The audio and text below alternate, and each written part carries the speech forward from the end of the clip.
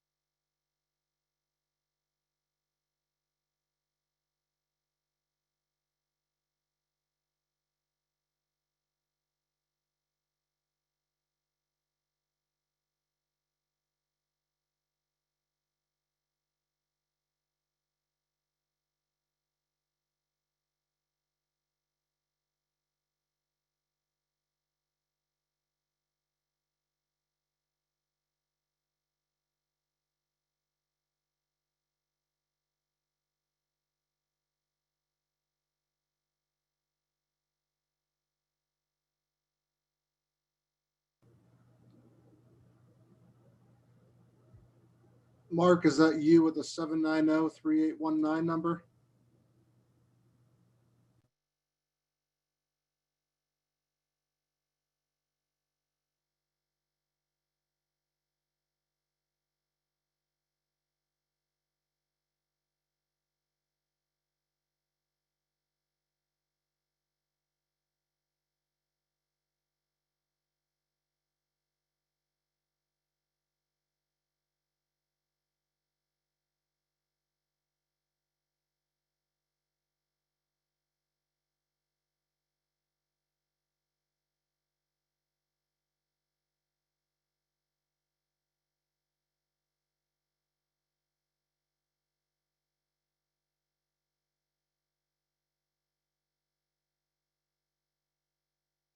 I think that's Jake.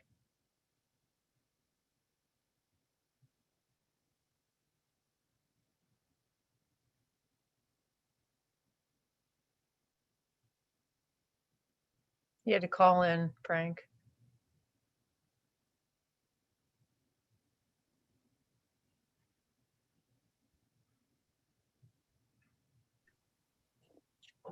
Yeah, that's Jake's phone number.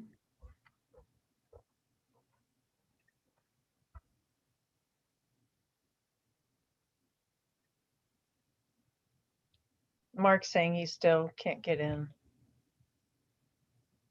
Oh, I see, Frank, you sent him something.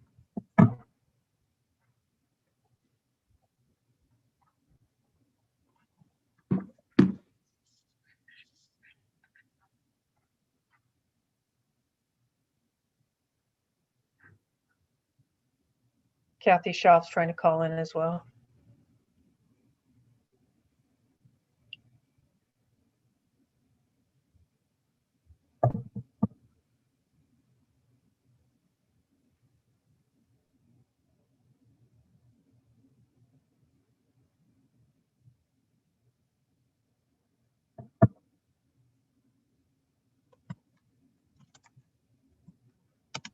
Okay, I think I just walked Mark onto how to get in, so he should be with us shortly. Jake, if you're calling in by phone, if that's you at the 3819 Yeah. number, okay, I'm going to rename you and merge your video and audio, and then I think we'll be ready, everybody.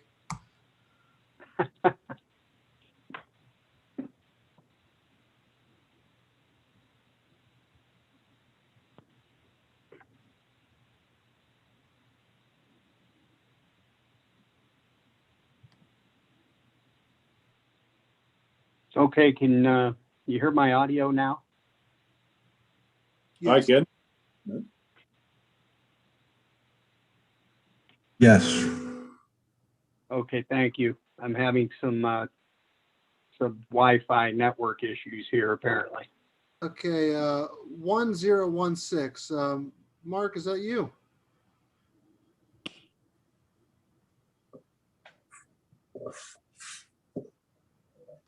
Yes, that's me. Perfect. Look at that.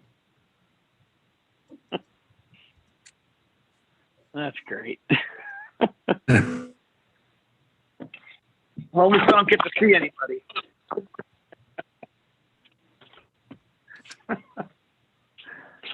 If there's presentation materials to be shown, you can go onto the YouTube link that I showed you. There's about there's a 6-second delay, but other than that, I think you'll be all right. Yeah. So, well, Jake, I also printed everything out for today too. So, Jake, I think we're ready to begin. Okay, thank you. I'm still a little bit of a disadvantage here, but we'll call the meeting to order. I have no video available since I'm actually coming in through my desktop, which I am not at. So, doing this remotely.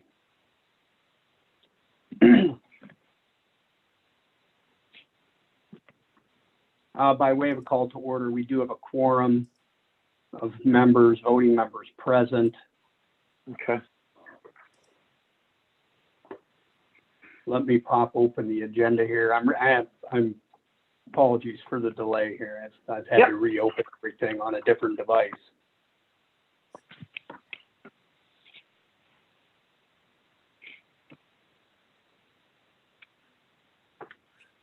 Okay, approval of the January 19th, 2021 meeting minutes. Excuse me. Wait a minute, who's all here from the board? We have Mr. Klecker, Mr. Spiker, Mr. Chimeni, Mr. Wyzorek, and our alternate, Ms. Burlingham. Okay, thank you. Quorum is present. Approval of January 19th, 2021 minutes. Motion. I'll second it.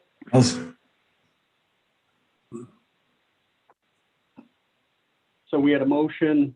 Was that Jason on the motion Yes. and Mark on the second? Correct. Thank you. Next up on the agenda, 2021 City Planning Commission priorities. I think Kathy, maybe you're going to start that off for us. Yep. Hi, Jake. Did everyone hear me okay? Oh, yes. Yes. Great. Yes. Thanks. We started putting together a list a while ago. This was on your agenda for last month, but due to the length of the meeting, we moved it to this month. Would like this to be something that's ongoing. I think we had a work plan last year for you as well. Hopefully we've achieved everything, but wanted just to put a few things out there for your consideration. A lot of these items that are on this list, they're already in some level of movement, some level of implementation. Last month, month before last, you saw the Activary Transportation Plan.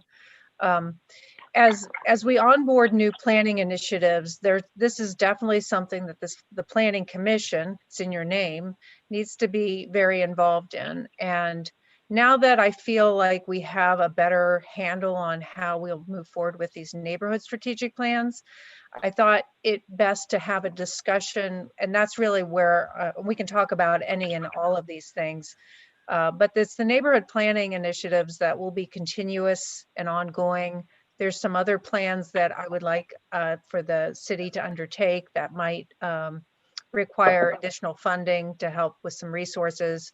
But the neighborhood strategic plans are ones that we will continue to work on, and would like a little bit of discussion today with you on how you see the Planning Commission being involved in those processes. And Erin Carey, who's sitting out as an attendee, Frank, maybe you could bring her in as well. She's taking the lead on organizing these neighborhood plans, and there's a list on the work plan of the areas that we'll move into next.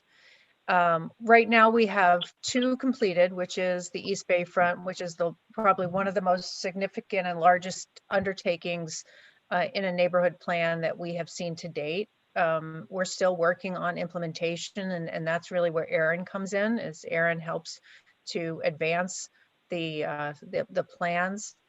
And then we have the Academy Marvintown.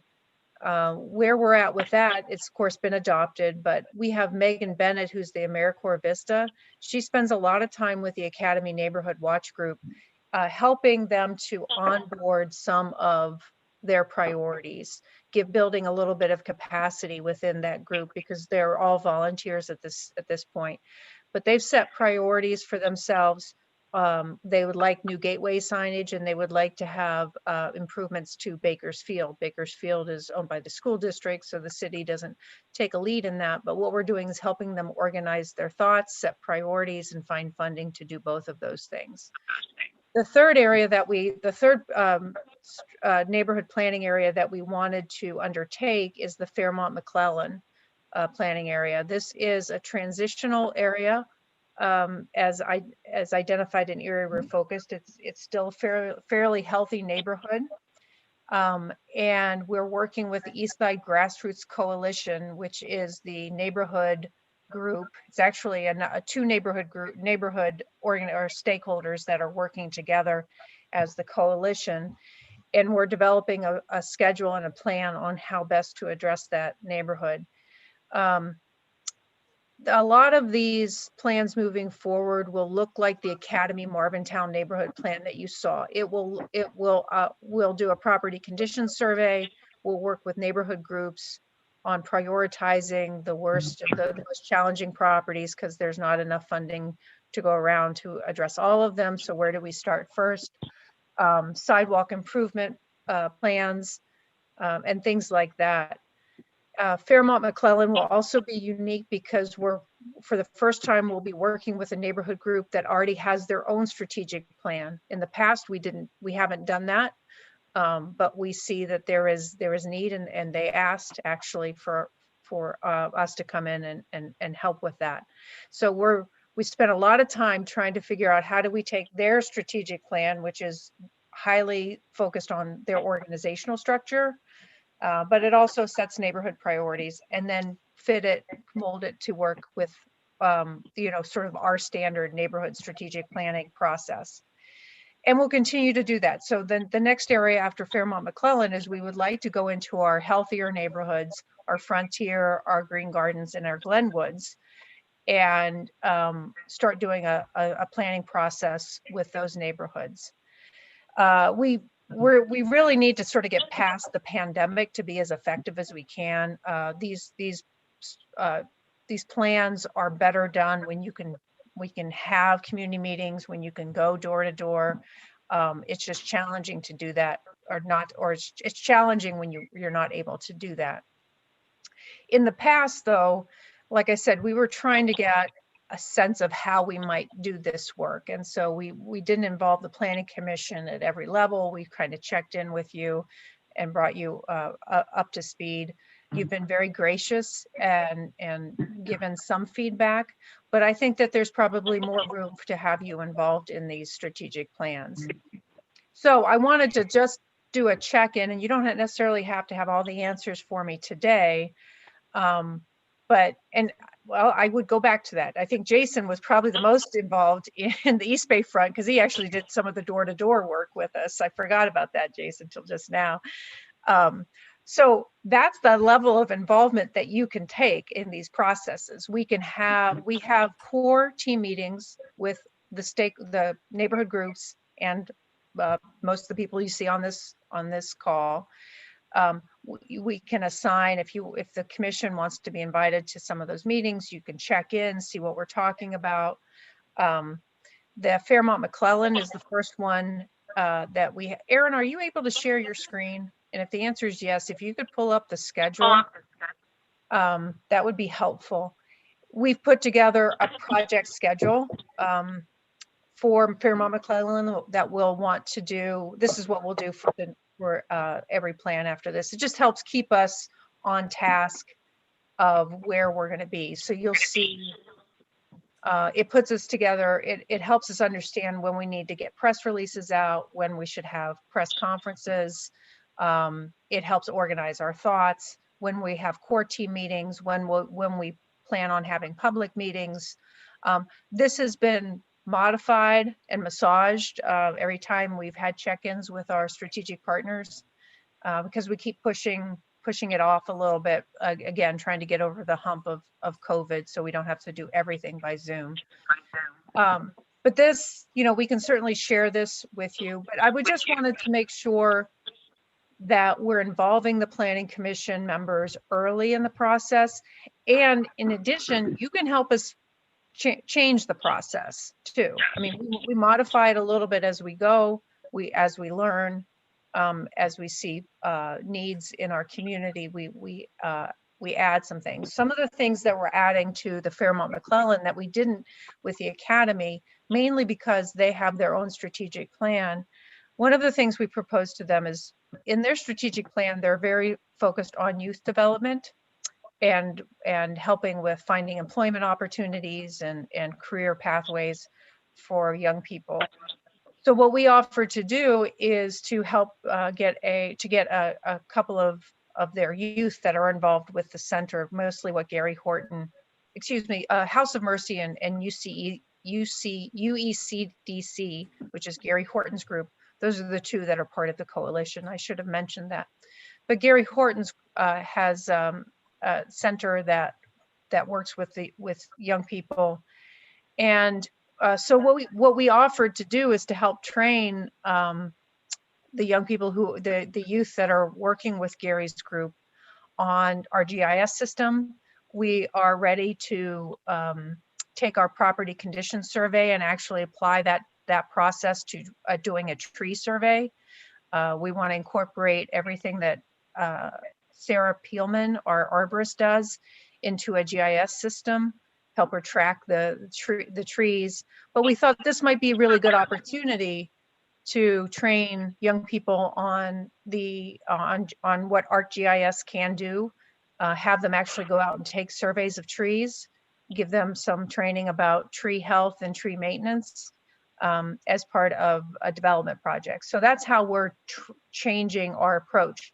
We're still waiting to hear back from the Grassroots Coalition on how best they think that can be accomplished. But those are some of the ways that we're changing the process.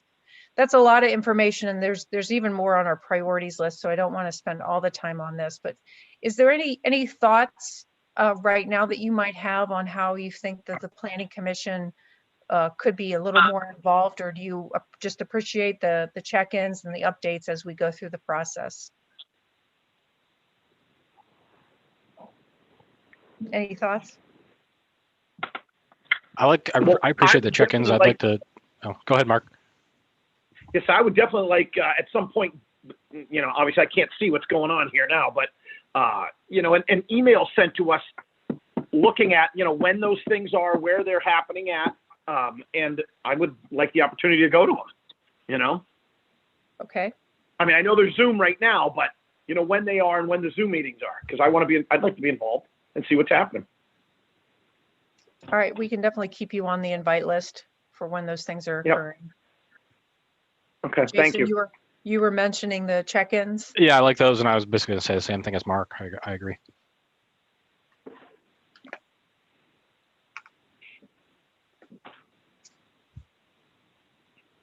What we'll do is we'll do similar to what we just did. We'll do an early check-in. This is our next area.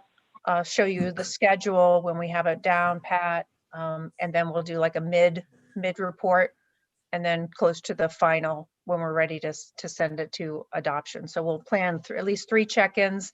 So Aaron, I'm just thinking we need to add that to the schedule with the Planning Commission, so we're not losing sight of that. All right, that's helpful. Continuing on the list, we have the Activary Plan. There's really not much to talk about there. We're going to be full on implementation of that plan. There's some policies that we will need to address, and I'm not sure how much the Planning Commission will be involved, but a complete streets policy, basically, how do we look at projects, road improvement projects, and make sure that we're checking all the boxes of whether or not this is an appropriate place for a bike lane or some bike facilities. That's essentially what the complete streets policy is. So it's putting a checks and balances in place for our public works department to make sure that they're considering all of those things before they pave a road, before they apply for a grant and things like that. That's essentially what that is. There's also, and this might be a project that would be good for the Planning Commission to sink its teeth into, the need for a sidewalk improvement plan. So we've identified in the Activary Plan the conditions of all the sidewalks and where there's gaps. The city does not necessarily take a proactive approach because they don't have the funding, and the onus is on property owners to either add or improve, repair their sidewalks. Is the property owner's responsibility. But that doesn't necessarily mean there can't be a program. They have in the past worked with like Sisters of St. Joseph and other neighborhood groups to co-author a grant or go after grant funding and to help match that funding for sidewalk improvements. So essentially what it calls for is let's think about ways that we can do that more often, prioritize where those sidewalk improvements are needed the most to have the biggest impact, and put together essentially a capital improvement plan for sidewalks. And that's certainly something that the Planning Commission, because it is a plan, it is part of our built environment, the Planning Commission could and should be involved in. And then there's really nothing more on the historic preservation component of that we need to discuss.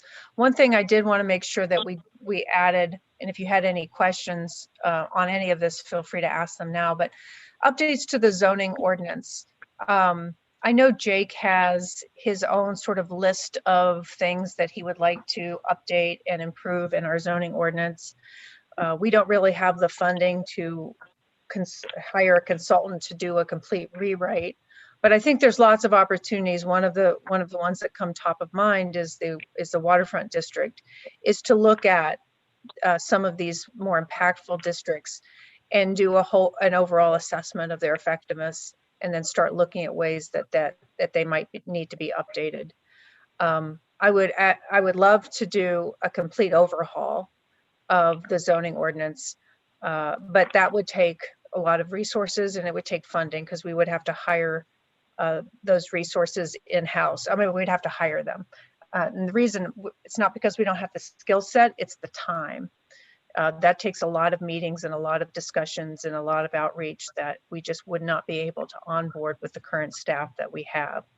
But we can piecemeal some of this. I know Jake has, like I said, he's got his own list, and I'm sure Tessa and some of you may have areas that you would like to look at and address. But I think now's the time to discuss where those priorities are for the Planning Commission. My priority is the Waterfront District, just because of the recent, there's some of the recent projects that have come forward. I think there's a lot of improvements that can be made to that district, so there's a little bit more of transparency of what is permitted and what requires a little bit higher level of scrutiny. So having said that, is there any other areas or ideas that the Planning Commission has that we could add to our list of zoning ordinance needs? I don't have anything. I think the map needs to be reviewed. The map? Yeah, I found a couple errors in it over the last few years. Okay.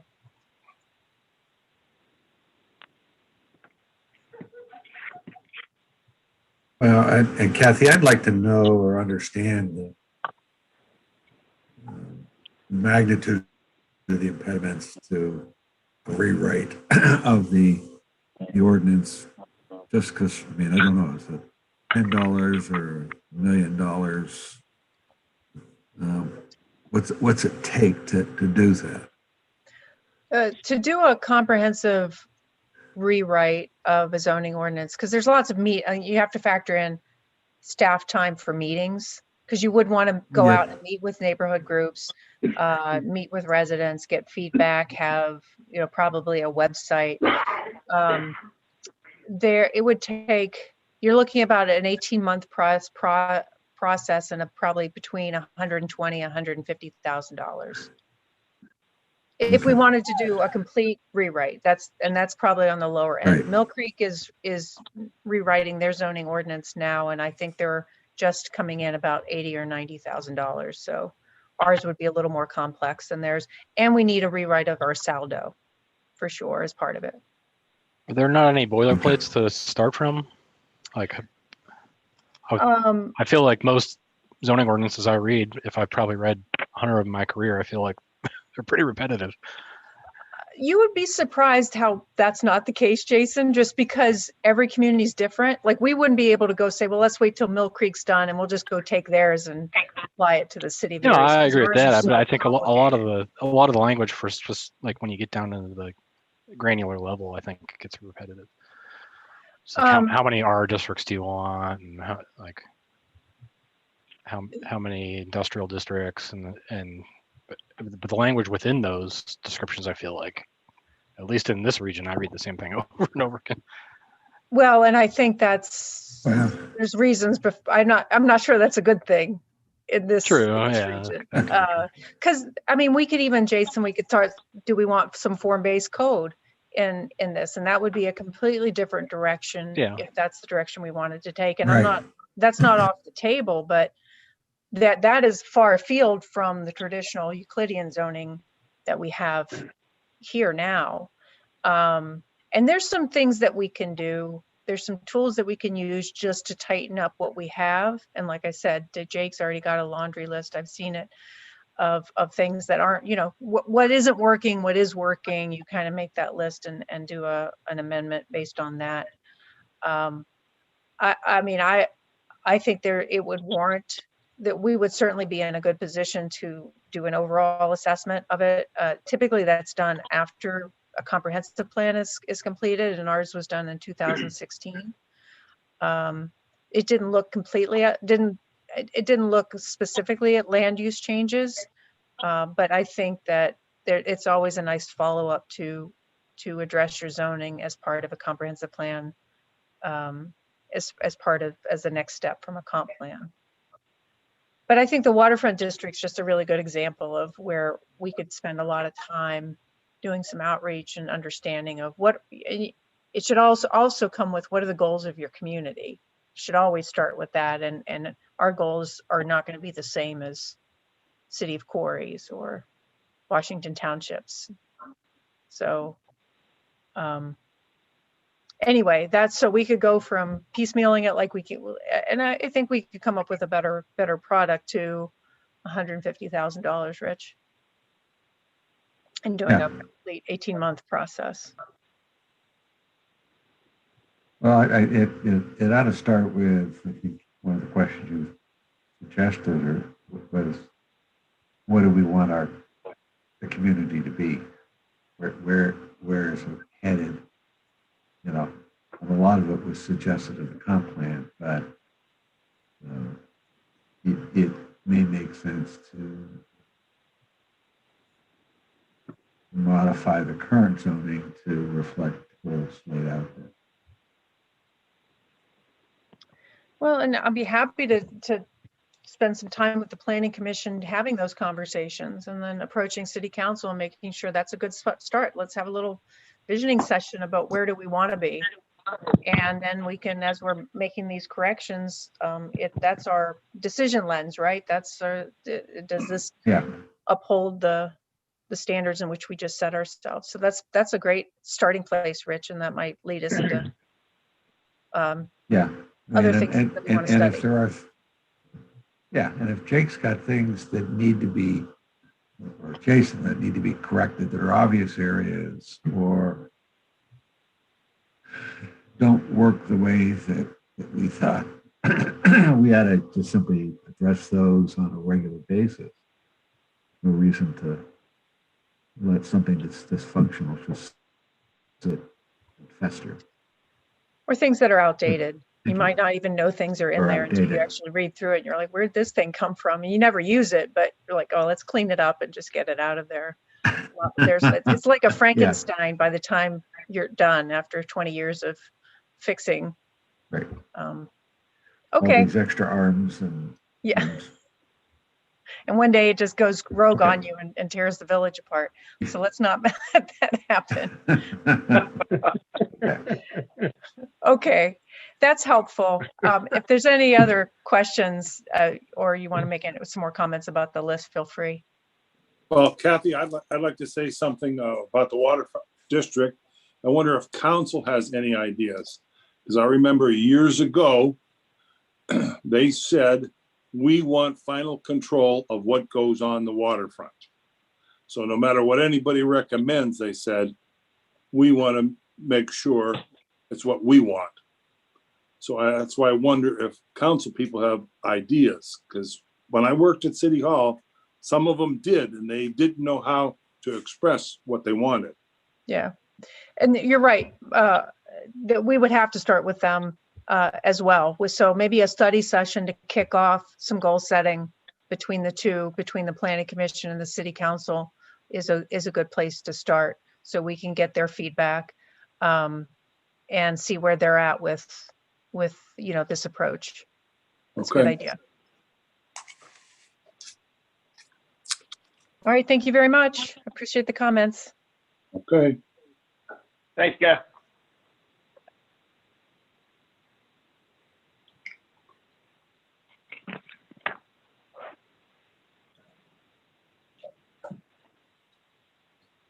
Any other comments on 2021 Planning Commission priorities? Did you, Kathy, did you stopped at the zoning ordinance? You didn't finish your, I didn't, Oh. I mean, unless there's anything, I just Oh. kind of wanted to Yeah. hit some of the highlights. It was, the Okay. list is there if you wanted to comment on anything else. gotcha. Groundwork Trust, it's not really something that the Planning Commission will necessarily be involved in, but it is an exciting initiative that the neighborhood groups have been working on for the past year and a half. That would establish a local groundwork trust in Erie, which would be part of a national network of 23 trusts throughout the United States. And the work of that groundwork would be focused on utilizing the City of Erie high school students and adults who aren't necessarily young adults who aren't necessarily college bound to work on land revitalization of these blighted properties, vacant lot revitalization and development of greenways and trails throughout the city. And that's supported by the national network that I mentioned, which is Groundwork USA, which is a partnership of the Environmental Protection Agency and the National Park Service. There's a lot that we can be certainly happy to come back at the next month's meeting when the feasibility study is done and talk to you more about what that trust will be able to do for the City of Erie. But it is a lot of exciting work that has taken place over the past year and a half. And like I said, it's all of the neighborhood groups have been at the table developing what this trust could do to help support their work and the entire city as a whole. And then the historic preservation, I just put it on a list because that was moving forward. We're close to having that completed. The ordinance amendment is going for first reading next or tomorrow, and the review commission should be in place in the next few weeks. I think I hit everything, Jason. Capital improvement plan. Oh, capital improvement plan, right. That's a wish list of mine. Typically these are 5-year plans that identify everything from road infrastructure improvements, either funded or high priority. This would also be something that we would include with the priorities of our neighborhood groups, like our West Bayfront. We would develop parks, but we would have it all in a capital improvement plan that would be adopted by the city on an annual basis. So these priorities would be adopted and accepted by everyone. Right now, it kind of comes up throughout the year. If our West Bayfront has it, I use them as my poster child today, just because they have a lot of grants and they have the plan that they're working on. So Bayview Park is a big priority for them. Well, that their ideas for Bayview Park, which is a city park, should be looked at and viewed as part of an overall strategy for other neighborhoods as well, instead of just as it sort of comes online. So that can be done through a capital improvement planning process. And that's typical of a city our size. It's really working with administration right now and the finance department to onboard a process that does that. But like I said, it's usually a 5-year plan, and years 1 through 3 are pretty solid because you usually know when you're funding, but years 4 and 5 are wish lists, but that helps direct where you start writing your grants. So the Downtown Streetscape Master Plan, the Active Erie Plan, all of the prior recommendations in those plans would be part of an overall capital improvement list and scheduled over the next 5 years. It makes all the sense in the world. So I wanted to put it on there as let's put a flag in this and make sure that we actually get it done this year and put a process in place to have that done. And the reason it's on this list is because capital improvement plans are usually something that the Planning Commission comes before the Planning Commission for review and approval because of their connections to those larger facility plans that I just discussed. Does that make sense? I'm sorry, sometimes my head goes a little bit faster. No, if I had to rank your list, I would put capital improvement plan as first. I think it's the biggest return on your investment of time and effort. I don't disagree. I mean, it's it's absolutely necessary. I just gotta find a good model. And now I'm going to use the model, Jason. I think there's a Yeah. model out there that I can just bring to the city and say, let's do it this way. It takes a coordination amongst all the departments to put that in place. And so that's where a lot of the time needs to be spent, is more of internal of how we do this. Kathy, you mentioned just doing some, you used the sidewalks as an example for going out, and maybe the Planning Commission being involved in helping to get some grants for projects that otherwise there wouldn't be funding for. Do you foresee there being other projects in the next 12 months that we could be working alongside you to help secure some funding? I mean, I'm thinking about all of the neighborhood, you've got two neighborhood plans right now. Well, I guess 3 with our West Bayfront, right? So like, what does that, when we put those all out on the table, is it 2? Is it 3? It's actually, well, Sisters of St. Joseph has their own too. Okay, So. right. If we put all of those out on the table right now, I have to believe that there's overlapping needs there. Jake, it sounds like you want to say something. I'll let you. Do you want to say? There's got to be overlapping needs there that the city can't meet, right? But that where we could say, okay, we know that, looking at what the vision that we know to be true right now for the city is, or maybe, first we meet with city council and then we come back and we look at these 4 plans that we have right now. Is there some way that we can come in and be part of the solution for all 4 of these plans? And then we could go back and we could do it again, maybe for the next set of plans, in providing capital. Yeah, I think it actually goes back to what Jason just said, is our priority needs to be the capital improvement plan. If that's where you would do that, Amanda, is you would say, okay, what are all the asks? And when you're right, it becomes a little overwhelming when you think about not only what the city has planned through our Activary and through our comp plan, but and our neighborhood strategic plans, when you factor in what our West Bayfront has, what Sisters of St. Joseph, what Eastside Grassroots Coalition, and Bayfront Eastside Task Force doesn't necessarily have a document, but they have their own ideas. If you put all of that on paper, we'd have another war room that we would have to go through, because there's a lot. And so how do you actually start putting that into manageable chunks? So that's where you would start. So let me think about that. Maybe come back to you next month with how I think we could approach that. Get your thoughts on that. Okay, great. Thank you. But that's why plans sit on a shelf, right? Because it becomes overwhelming. It's like, I don't know. I don't want to think about it.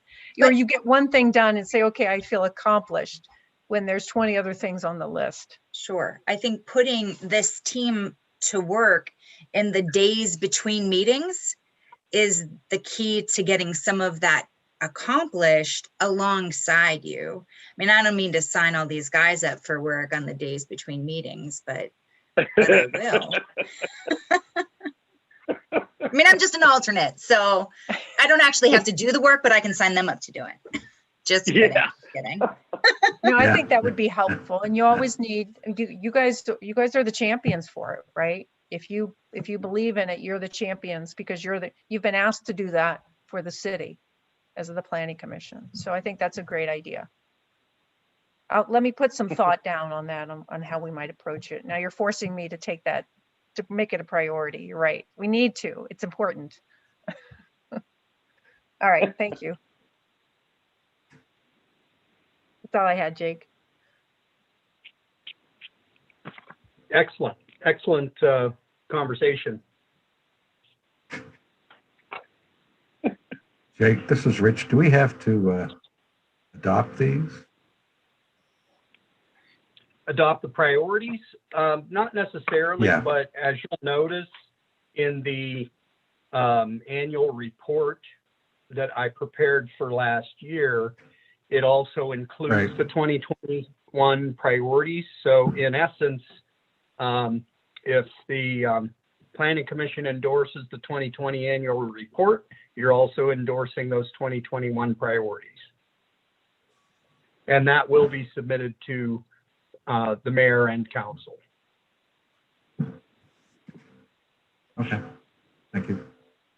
Which is a good segue into the next agenda item, which is the 2020 annual report. Hopefully everybody had an opportunity to look through it. Of course, we all lived it last year, obviously, and it is a recap of the activity of the Planning Commission, basically all of the actions that were taken and the business that was conducted. I don't intend to go through it page by page. It's essentially a report that we kind of reformatted a couple years ago to add some more detail for those folks that don't necessarily participate in the meetings, but are interested in kind of hearing more detail about the activity that occurred and the business that was conducted. With that, were there any comments or questions or any discussion that folks wanted to get into on the report? Nope, I didn't have anything. Oh,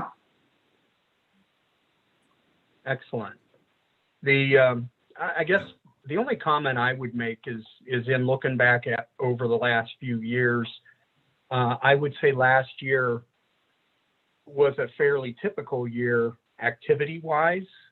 The only thing that maybe we had a little bit more than usual activity on is we did have a lot of subdivision activity, that may or may not be. It was a pretty busy year for subdivision reviews and sign-offs by the Planning Commission. But beyond that, the general categories of activity that we're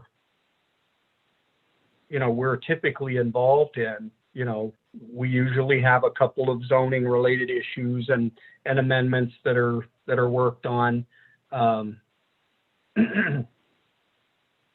One thing we may have been a little light on as compared to the last couple years was the blighted property designations.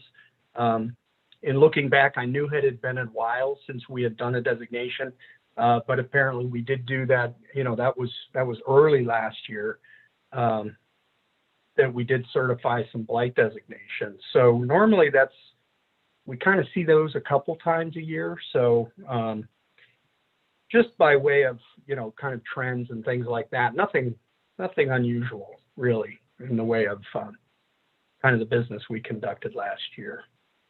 Obviously, the thing that was the most atypical was how we held the meetings, and that we did have a hiatus for a couple of months due to the onset of the pandemic. So, and I got to say, I really do appreciate everybody's ability and commitment to kind of shifting gears and being able to, conduct business in this kind of environment, in this virtual meeting environment. We've all had to adjust to it. And I think we did, as a Planning Commission, did a wonderful job doing that. Yeah, we need to get back together again. I don't like this. And I don't disagree with you. I think that we, I think we've adapted well, but nothing can really replace an in-person meeting. Yep.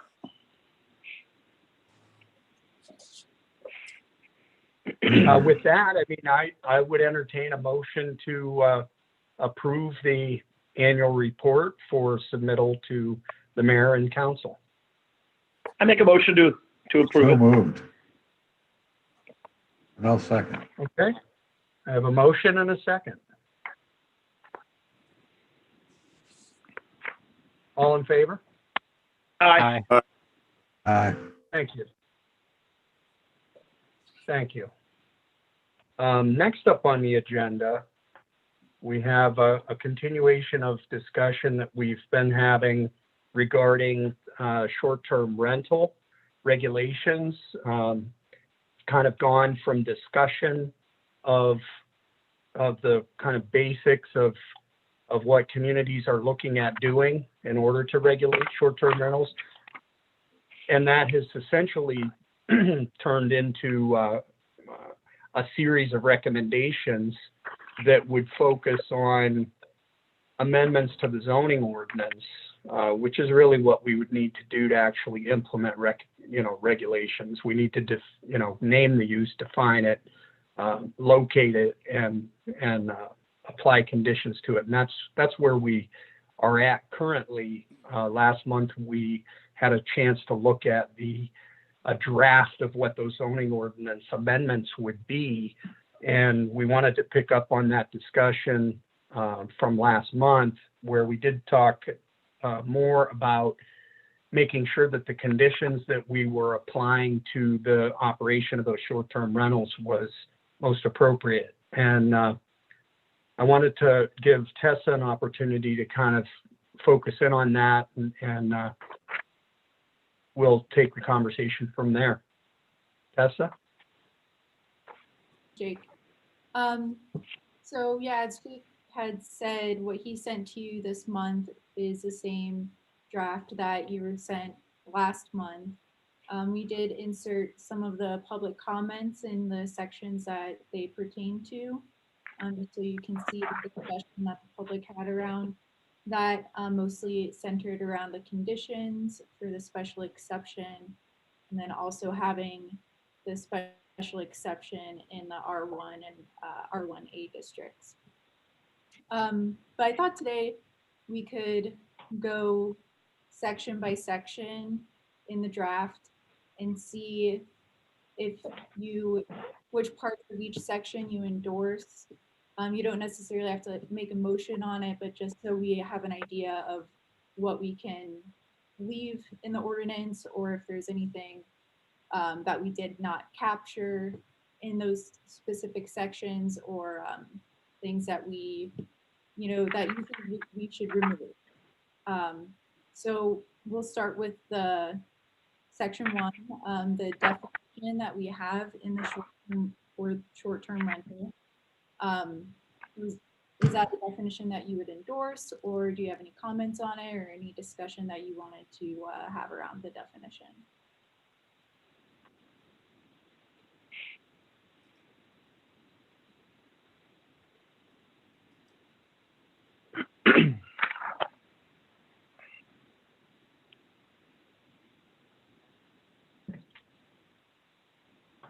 Well, hearing no comments on that, and I know this was one area that we've seemed to have some agreement on. It was definition was developed, looking at other communities and other definitions and mixing and matching and trying to come up with something that was a good fit for us. Yeah. Yeah, so again, what I had mentioned a few months ago now. So this definition would allow for a short-term rental in an entire dwelling unit or just a room. It would allow for it to be run by an owner or a manager, and it would require that the short-term rental be licensed with our rental registration program. The only thing with this is one of the potential conditions that we do have for the special exception is that we would require it to be owner occupied. So I'm not sure if, that would be something we would want to, define or include specifically in this definition. I guess it just depends on if we include that condition. What's our mechanism for verifying that it's owner occupied? It would be under the county record. It would be the owner. We would look at the owner's address. Yeah, you're still waiting for somebody has to rat them out, right? Well, it would also, if they do register with the rental registration, then that would be a point. Yeah. To, double check that as well. Yeah, that should be fairly easily verifiable. Once the property's registered, we're going to have all of the owner information on file. Yeah.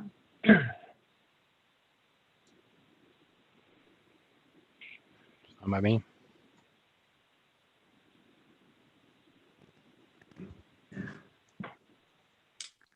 Well, can I say something here? When you say the term short term, is there a minimum short term? Can you do 1 night or 2 nights or, you know, I wanted to get to the root of the problem that caused all those complaints. So I talked to some people and I heard that Mercyhurst students rented a house for 1 or 2 nights and threw a party.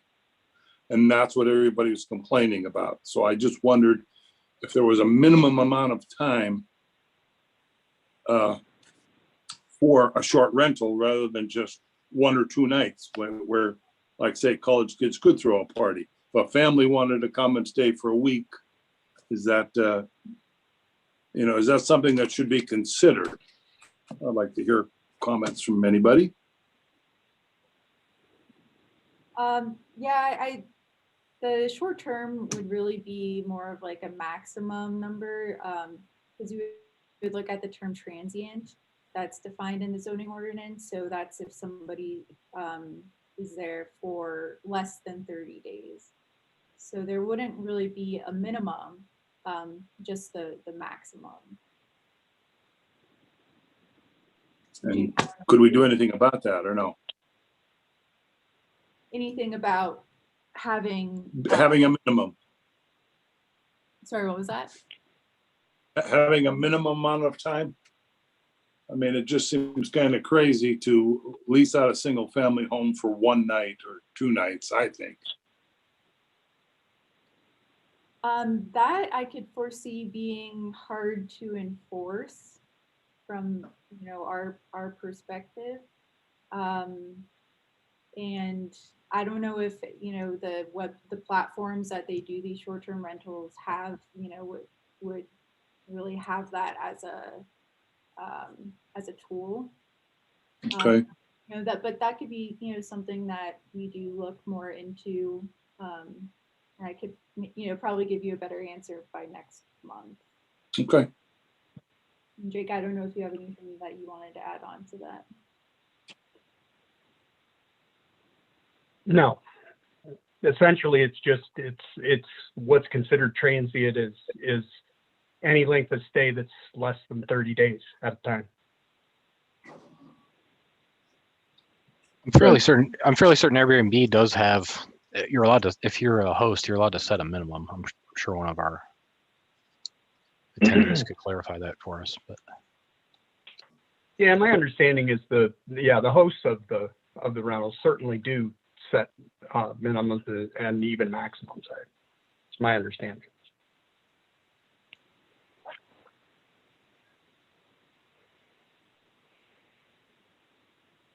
Try to set it down. We could say 2 nights, whatever.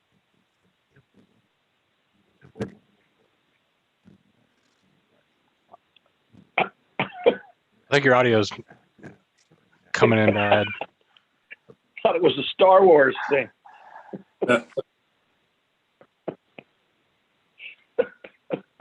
Sound like a voice filter. Set Wi-Fi.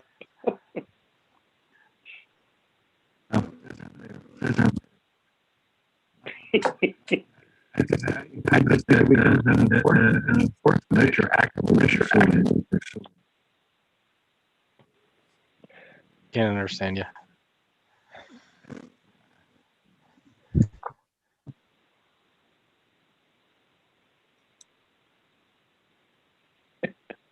Hey, Rich, is that microphone that you have, the headset, is that your only way of communicating through your computer? Can you try to use your internal microphone on your computer? Yeah, unplug that.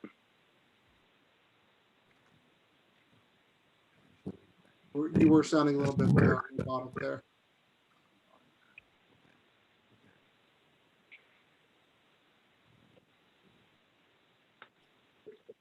If you could change your filter to be a cat, that would be helpful. I was waiting for that. First time somebody's mentioned it on a call that I've been on, but yes, that was quite funny. This any better? Yeah, there we go. First time that ever happened. Okay.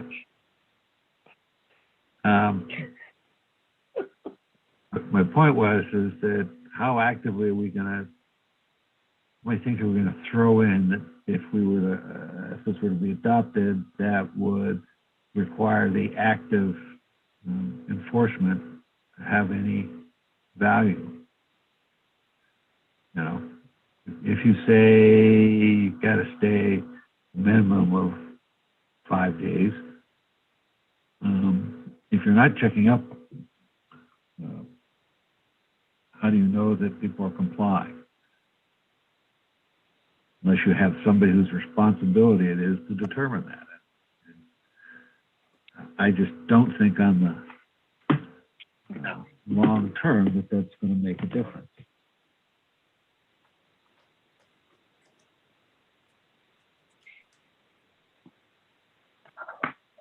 Well, it would certainly require a lot of hands-on daily activity to enforce that kind of thing, and that would really go beyond the capacity of the zoning office to be able to do that. Well, but it, you know, then it to me it seems like it's not going to happen, and you know, why have a rule that implies that Exactly. there's going to be enforcement? You know? Exactly. So I just, that to me doesn't make any.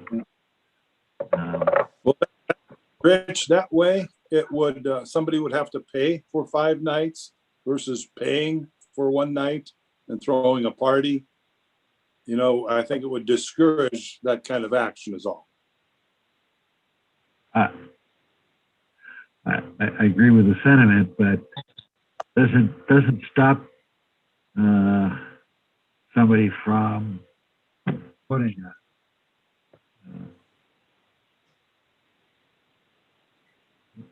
leasing it to somebody for a night.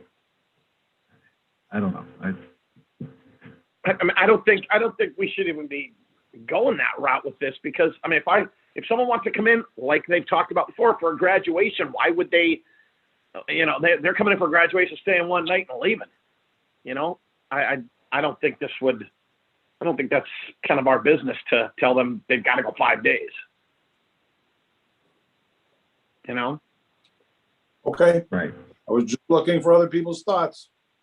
Yep.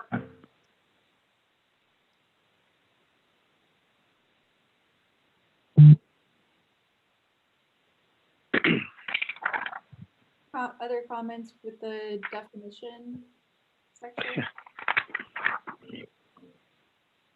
Or shall I move on? Yeah. Okay. So then the next section would be the zones that the short-term rentals would be permitted in. Again, that would be R2, R3, RLB, C1, C2, C3, and C4.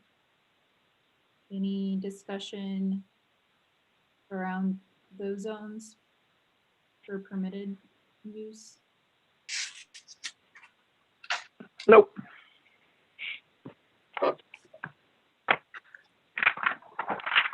Okay. So you think, would you tentatively agree that those were the, you know, the right zones for the use to be permitted?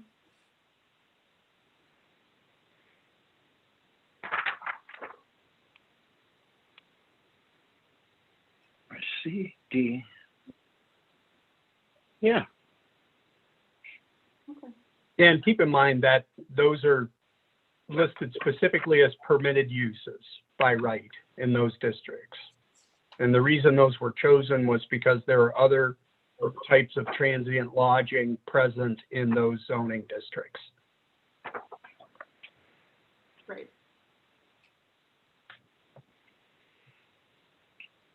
then moving on, the next one would be where the use is classified as a conditional use. And that would be in the Waterfront District, districts, because all of the uses in the Waterfront districts are classified as conditional. Yep. And then, any discussion on that before I move on? Nope. Okay. And then finally, the special exception in the R1 and R1A. And this one is the, most talked about among the public. And we do have some of the public comments in this, in the draft that we had sent along to. So any comments from the board initially? Nope, I don't have any comments. All good. And nothing on my part. Nope. So do we agree with the special exception classification for short-term rentals in these zones? Yes. Yes. Yeah, I think so. Then the next section would be the conditions for all short-term rentals. So this isn't just the special exception conditions. This is for short-term rentals across the board.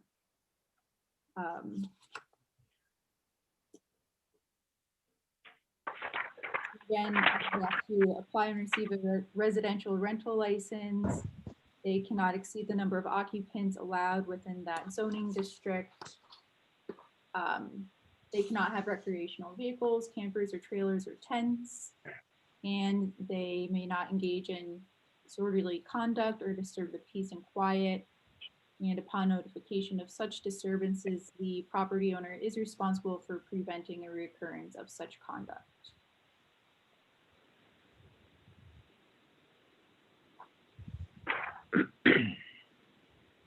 So do you think that we captured everything, or is that too many conditions that we put on the short-term rentals across the board? Anything we should add, take out, or modify?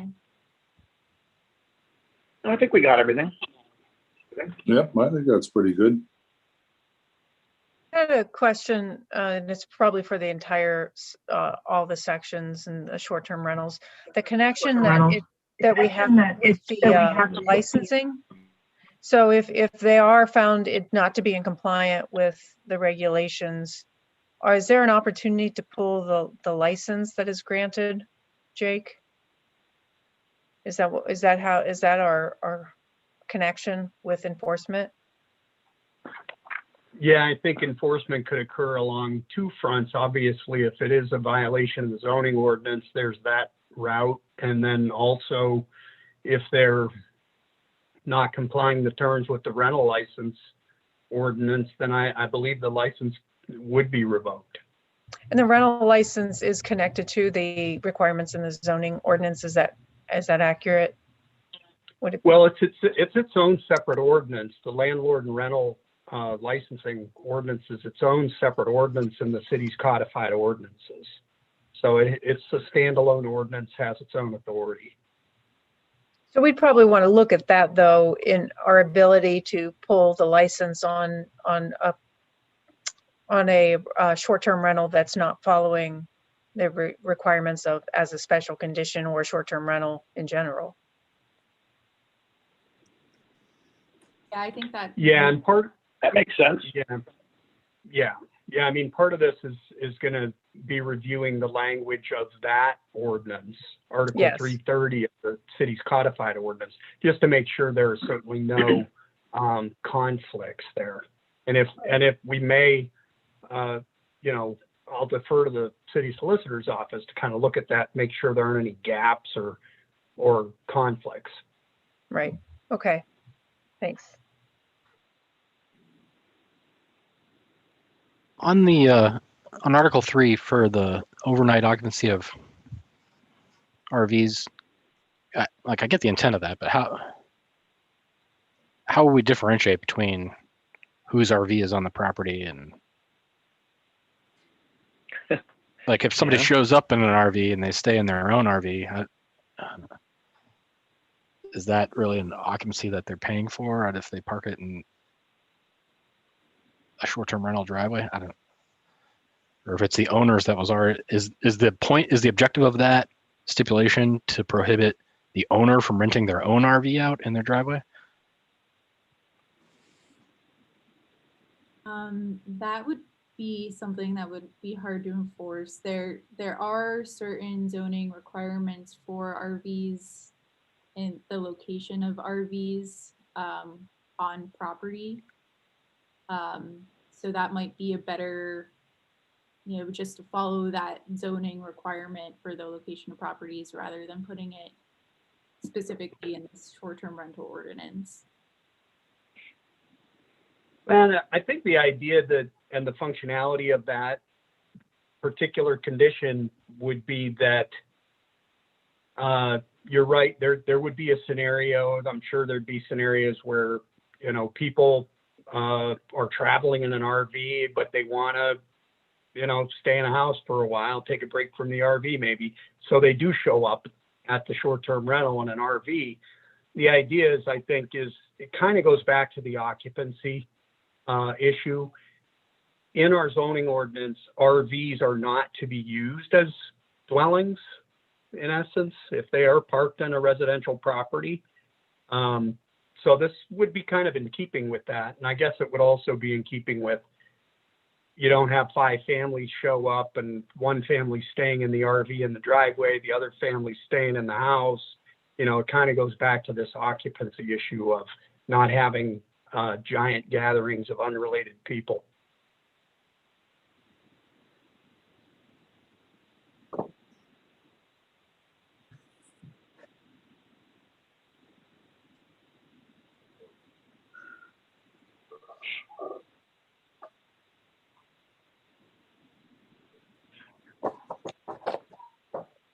Okay, let's move on. Okay, so the next section, we have the conditions for the special exception. So the conditions in the R1 and the R1A districts. There are quite a few, so we did go over these last meetings, so I'm not going to go over each one individually. The one that I did want to bring up, though, was number 8, that they shall be located at least 600 feet from the nearest property line of any other short-term rental. This one we included because we did see it on a couple other municipalities' ordinances when it came to short-term rentals and limiting them in these low-density districts. We were a little worried of the enforcement of this one, and that it might be challenged as discriminatory by allowing one person to have a short-term rental, but then a person a couple doors down can't. So that one we're kind of going back and forth on in particular, but any feedback or opinions on that one, the conditions would be appreciated. If there's a hypothetical on that, it's somebody buys multiple properties in there. I guess that wouldn't work with the owner occupied. Never mind. Saying if one owner owned multiple on the block and nobody objected, then they could run their own block of Airbnbs. But yeah, that's where the owner never mind. Occupancy would stop that. I mean, 600 feet seems awfully far. I mean, it could be blocks away, hypothetically. Yeah, couldn't that eliminate somebody on the block behind you? Yeah. That's the goal of it. Why? Reduce the likelihood that you have high density in a particular area. I mean, that's 600 feet is You know, it's a long block. So it's from Keats to Sassafras. Right. But You know, I mean, like you just said, the next block over backyards could be closer than that. yes, they would be, because the short connection is 300 feet. So, Yeah. you know, we give you one every 4 blocks, square block, something like that. To me, that's one way to reduce the density. Now, that doesn't bother me in the least.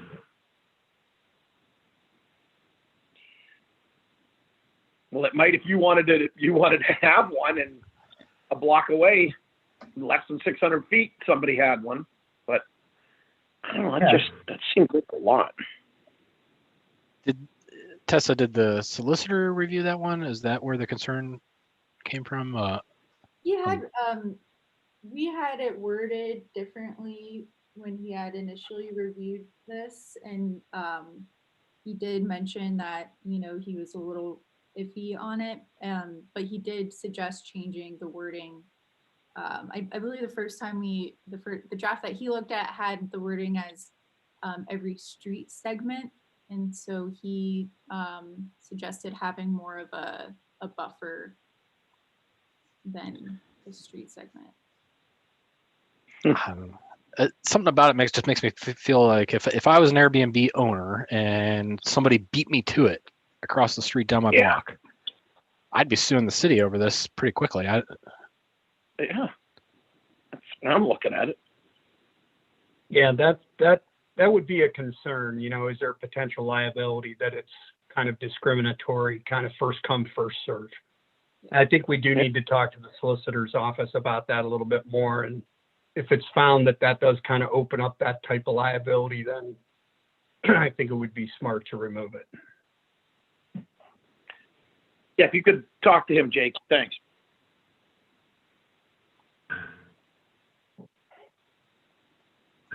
Yeah.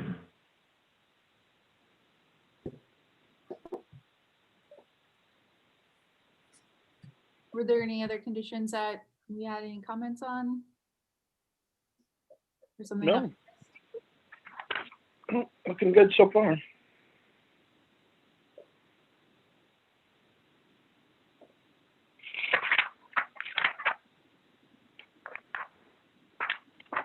All right. So just a clarification, everyone, is the next step for these minor concerns to be ask the solicitor, come back, give you a final draft at the next meeting? Correct. That could then be sent on to city council. Correct. Is that kind of where you're feeling? Okay. Thank you, Kathy. Excellent. Yep.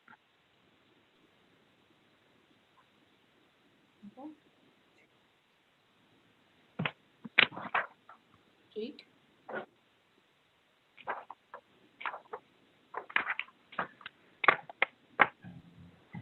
Excellent. Thank you, everybody, for those comments. We will move towards preparing a final draft for the following meeting, pending the comments from the solicitor.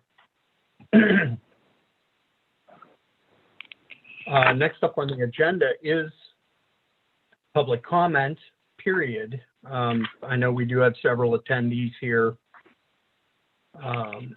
that are likely interested in commenting on some of our agenda items that we have just been discussing.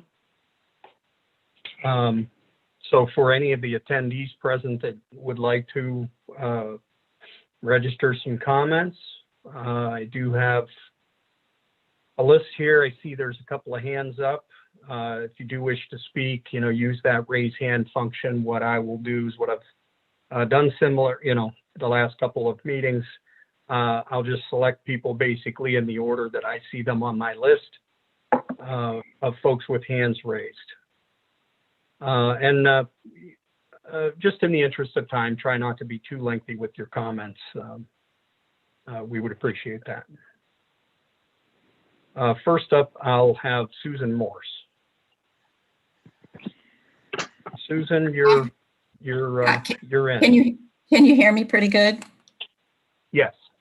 I'll be really quick. I for Mr. Chimenti, that only party that we have any knowledge of was at a house that has been sold, and the woman was kind of an irritated Glenwood owner, and there's never been any parties since. Airbnb, VRBO, most of the sites that I'm aware of, we only use Airbnb, do not allow parties, and we don't allow parties. Most people who have a furnished home would clearly never rent to college kids, much less, they just wouldn't. I mean, you know, they have standards and we do as well. Again, that's hard to monitor, but seriously, if you have a home, most kids don't want to party in Glenwood Hills. I mean, that's just sad. That's the sad state. They just don't. So I'm not sure that's a really big deal. That happened like 4 years ago. So there's been nothing since then at all. I mean, that was an early on thing. But I wanted to be really, really quick here because I think everybody needs a real positive note with Airbnb. And we just currently have the most wonderful situation where a gal who is adopting a baby, it's from a relative of hers. She's in our home now from Iowa. And she thought what was going to take 6 weeks has turned into 6 months. And she just loves the home. Would never, well, she would have done it, but she was going from hotel to hotel, Airbnb from Airbnb, because most Airbnbs are full. And when her time was up, she had to find another place. And we stumbled upon her previously, but she's been there 6 months. The neighbors love her. She and her husband have been shoveling the walks of older people in the neighborhood, and her sons can come and stay with her. And she loves Erie. The experience has been really good.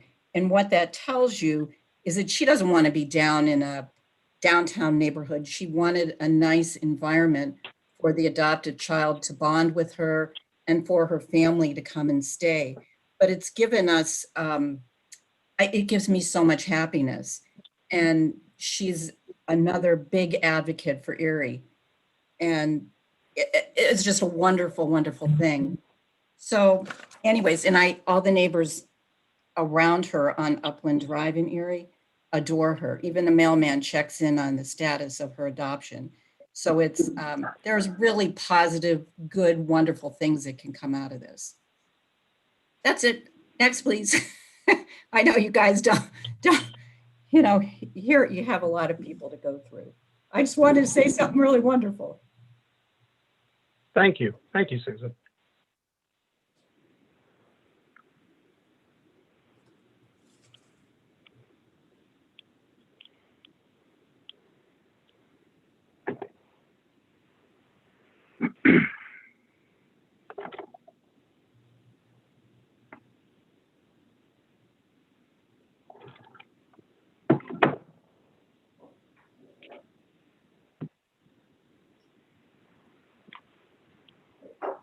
Still there, Jake?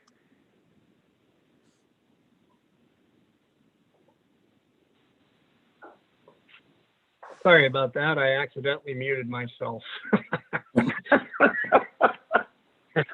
And I haven't done this with the phone, so thanks for being patient with me. Well, you can tell I wasn't patient. Next up, we have Claudine. Hello, can everyone hear me? Yes. Yes. Okay, looking specifically at the document, my 2 questions surround number 5 and 9 under the special exception for R1. I just want to make a comment that number 5 would be extremely, extremely limiting. If you're actually doing this to try to make money, and having a limit of 150 days a year is not reasonable. If you're making the assumption that people are coming to Erie solely for, sort of nicer nicer. That's not what Airbnb is for a lot. I have State Farm insurance adjuster who comes in after storm. I have traveling nurses, and I've had good occupancy year round. So I feel that that's extremely limiting. And then number 9, I really would like a definition of what owner occupied means, because I'm just a little confused. Obviously, if you're renting a room in your home, you can occupy it. But if you're an entire house, like I don't understand what owner occupied means there.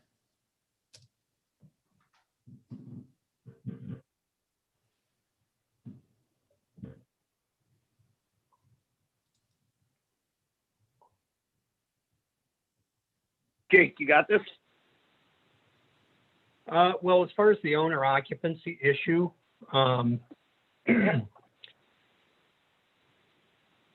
we don't have a specific definition for it other than what it would, generally what the term implies.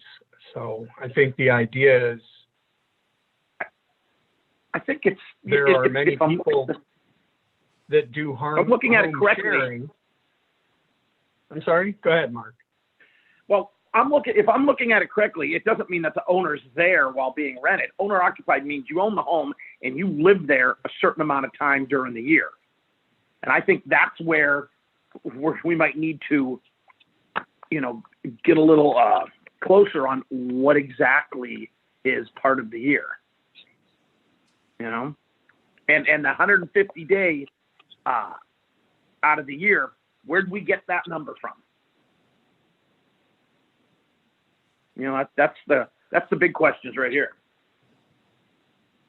Well, Mark, I think you bring up a good point that needs to be defined. If you're looking for the owner occupied to be, they can live in the property a certain amount of time, and then perhaps they fly south for the winter and turn their property into an Airbnb.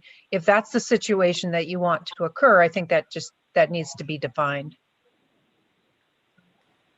Which then might bring in that 150 days, out of Correct. cumulative data of the year. Mm-hmm. And it could also be a situation where they live there and just rent out a space while they're there as well. But either one of those, you might, if you're comfortable, then that we can just define, make sure that that's covered. We need to define those. Yep. Can I ask a question here? I want to make sure that I understand this correctly, and that the exceptions are for all of the zones, not just what we're defining is for all of the zones, not just R1. Is that correct? The special exceptions, yes. the conditions apply. Those The conditions only apply to the properties in R1 and R1A. Okay, The thank you. 150-day max and the owner occupancy requirement, yes. Just R1 and R1A. And correct. Okay, thank you. I think, what that lends itself to, we heard lots of comments about neighborhood stability and the idea of not turning these low density residential neighborhoods into predominantly investment properties that are rentals and don't have families living in them. Yeah. I think that's just a very important point of clarity. Yep.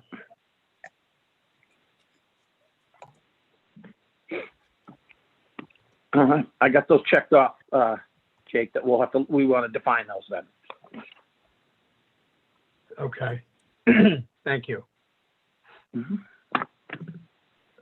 And thank you, Claudia. Next up, we have Benjamin Henry.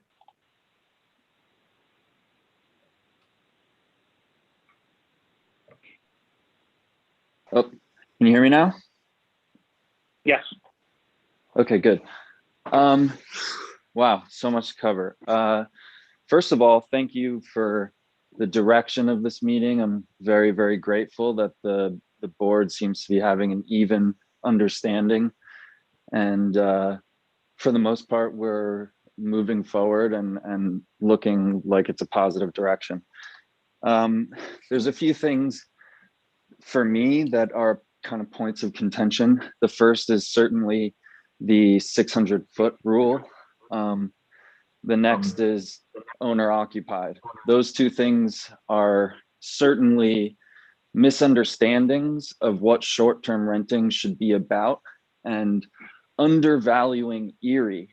And why I say that is you're essentially trying to limit Airbnb use, but what you're not seeing is that Airbnb use is actually improving properties, actually improving neighborhoods, and that it benefits Erie as it increases property values. Now, you might say that property values increasing hurts neighborhoods, but that's not necessarily true. It just means that people who want to live in a valued neighborhood need to pay the going rate, essentially. So the 600-foot rule and the owner occupied, the best Airbnb operators are going, like what I mean by that is the best service providers, the people that outsiders and locals depend on to provide an exceptional service, like myself, who has, I'm going to be having 6 Airbnbs soon. I shouldn't be limited by how much I can serve people because I don't live in all of my properties. That's absurd. How could you couldn't tell that to a landlord? What makes me different from a landlord? So again, it's just a misunderstanding. And I think we need to move forward with going off of real data as opposed to assumptions and fear-based thoughts. So with that being said, again, just those two things are just not based in reality. The best operators, and I'm not just speaking for myself, I'm speaking for how this works in the world. So, you know, when you go to, if you were to go to Vegas or wherever you go and you find a place you love, you know, you want that person to have multiple options for you, not just one. So, and the parties thing, again, why I say that's misunderstanding is Airbnb operators and Airbnb and short-term renting in general. It is not about partying. That is the abuse of the system, not the purpose of the system. So instead of trying to blame the thing for the bad symptom, we should be working together to try to prevent the actual disruption as opposed to limiting people as a way to get what you are afraid of out of the picture. Does that make sense? Like limiting Airbnbs, limiting Airbnbs is not going to prevent partying. We just need to prevent partying adequately. We need Airbnb is the most Airbnb and short-term renting is the most pro-Erie and pro-Erie real estate thing that the city could do in the last 100 years. That's why when she brought that up, I specifically had those two things marked down because I want to look into them more. Absolutely. Cool. And I'm just, you know, just trying to make myself heard. And again, I can't stress enough how grateful I am for everyone on the committee and for seeing things as they are and how they should be. I appreciate it very much. Thank you. All right.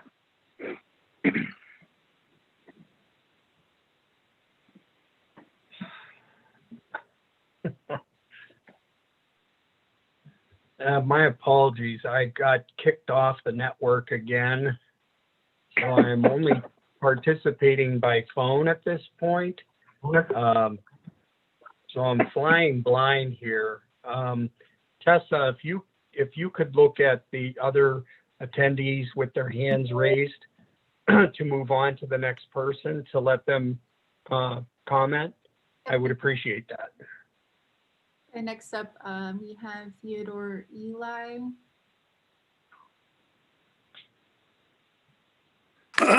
Hello, can you hear me? Yes. Yes. First of all, I'd like to say there's been a lot of talk about parties. We did have problems in Glenwood. We have had experiences with parties. Most of the time, in my research, the areas of the country that have had problems that have been noted by the Wall Street Journal and the New York Times have been areas where you do not have an owner-occupied residence. That's the real kind of key, because the owner is not there, and so people can have parties at will. Secondly, I think there's been some talk about this being progressive. It's actually regressive. The purpose of zoning is to allocate to certain areas certain types of activities, and not to mix the various activities, such as putting short-term rentals in single-family areas. And that's why 80% of Glenwood is opposed to Airbnbs, because of the experiences we've had with at least two of the Airbnbs, one that's still there, that had parties. Why not put these areas where the tourists are? Motels, hotels, tourist areas. This would, that would help concentrate these people, because of the fact that that is where tourists go. The other thing is that I want to take some note in the fact that the Airbnbs will be allowed more Airbnbs, not less, in R1 areas, single family residence. And that is where you're going to get a problem, because as Airbnbs increase, property values will go down. Why? Because nobody wants to live in a neighborhood where there's an Airbnb. They don't want rentals. And I'll tell you, you can look at some areas in the city that have allowed rentals in single family neighborhoods. The one that I think most people can identify with is Little Italy. Little Italy used to be entirely single family dwellings with very few rentals. Now it's the other way. How many people would want to buy a house in Little Italy? Well, I don't think very many. Think about what you're doing here. Think about how you're changing zoning from a single type of unit to multiple types of uses. You can't really think about what the consequences are, but I'll tell you, I think that the consequences are going to show when property values go down and people start moving out. The second thing I would note is that when you run a business, you can't use, for instance, the same kind of insurance used for a household. You have to have a business type of insurance. There is nothing in this code that you want to enact which would in any way protect the neighbors from the fact that the person is not insured for a business. And that there's, as a matter of fact, even Mrs. Morse advertises that she doesn't even have smoke detectors on the premises. So there can be continual violations that you wouldn't allow in rental areas that occur in B&B areas. And I'm sorry, what? Excuse me? There's nothing in there that would do that. So it's up to you guys as to what you want to do. But I think you're opening a can of worms that is going to come back at you in future years. That's all I have to say. Thank you.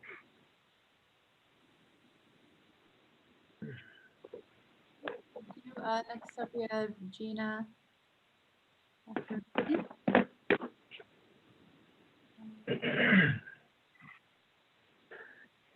Oh, good afternoon. Am I live? Yes. Yep. Yes, hello. I am calling in actually from California. I'm a previous renter of the Upland Drive home that I sourced through Airbnb. And I did just want to reiterate Susan's comments about the benefits of staying, pardon me, staying in a home versus a hotel. When my family of 5 when we travel across country, hotels in Erie do require, based on our numbers, that we rent 2 hotel rooms. I guess the fire code. With that being said, with our budget that's set for our travels, that limits our stay in Erie, Pennsylvania, because we are now doubling our cost of accommodations. But by being able to rent a home, we're able to stay in Erie a little bit longer to enjoy what Erie has to offer. But you know, I've been following this for quite some time, since I was a renter, I think back in 2017, and I do feel so strongly on behalf of the owners of Upland Drive.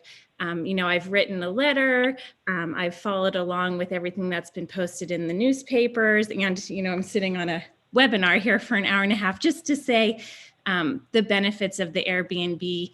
And you know, when we rented it, there was such high standards in value and screening that was set forth by the owner of the Airbnb that I knew that coming in, that I was coming in, staying in a neighborhood that had the utmost respect for everyone around. So I don't think, you know, as Theodore had said, if I'm categorized as a tourist, I'm not going to put my family up in a motel. I would prefer to stay in a home-like setting that I have here in California, that I have a kitchen, large space, family-friendly neighborhoods where I can go out and walk with my children. You know, I don't come with a motorhome. I don't think most people who rent motorhomes then double up and then stay in an Airbnb. I think they rent the motorhome to stay in the motorhome and travel. But I just wanted to chime in to say there are great benefits to it. For my family and all of my other family in California, we travel to Erie, Pennsylvania to be with our family that is there. So we are not party goers, and we have the utmost respect for the neighborhoods that we stay in. So I don't think that a few sour apples should ruin the opportunity for the rest of us to be able to stay in these type of neighborhoods. That is it. Thank you. Thank you very much. Thank you.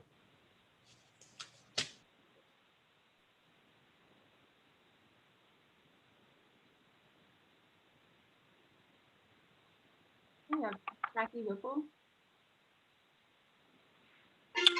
Yes. Good afternoon. Can you hear me now? Yes. Thank you. I wasn't intending to ask this, but I do have a question for Mr. Ely or Mr. Eli. How do you know there are no smoke detectors in that house on Upland?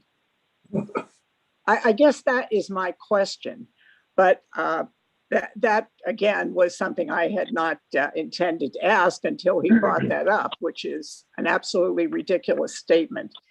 I do want to take the opportunity to thank the Planning Commission, as I have done in the past, for taking the time to put together a thoughtful plan for all of the citizens of Erie, not just a select few. Erie needs a positive image in light of the latest news coming from WabTech. This is a positive step for the Airbnb industry. It's a positive step for Erie. How can you say, welcome to Erie, just not in my neighborhood? It makes absolutely no sense whatsoever. Again, I want to thank you for taking the time to put this together for all of the citizens of Erie. I thank you for your efforts. Thank you. Thank you.